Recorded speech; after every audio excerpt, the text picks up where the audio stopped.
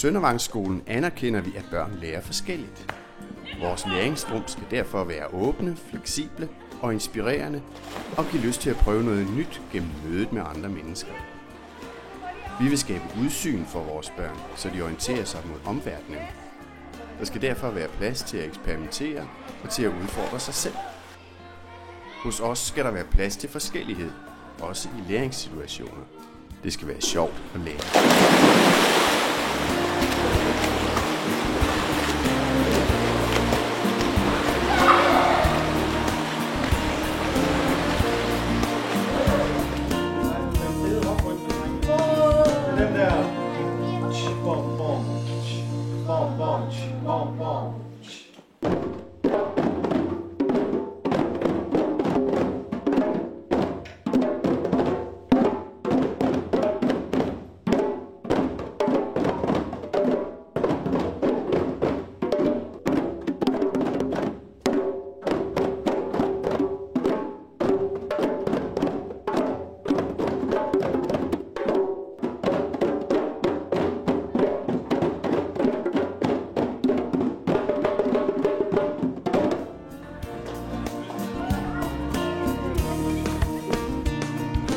Børn har brug for kærlige krav og forventninger.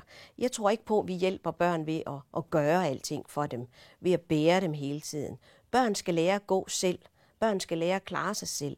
Og det gør man ved at stille krav og forventninger til de her børn, som går på Søndervangsskolen. Og det skal man forvente, når man går her. At vi naturligvis stiller krav om, at man vil deltage aktivt i undervisningen. At forældrene vil deltage aktivt i det skole-hjem-samarbejde, vi har. Det betyder, at man interesserer sig for sit barns skoledag.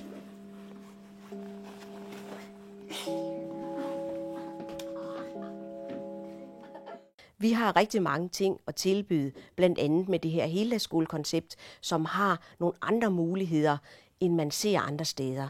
Vi har en medarbejdergruppe, som er vant til at arbejde med familier herude i distriktet, som er rigtig dygtige til lige netop den her børnegruppe.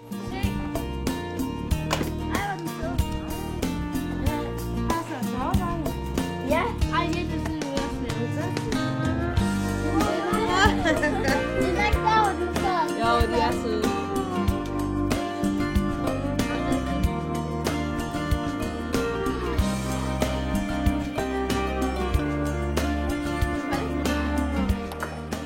Det at være god til dansk kan også have den betydning for børn og forældre, at de i stigende grad får et sprog mere, som de kan være fælles om.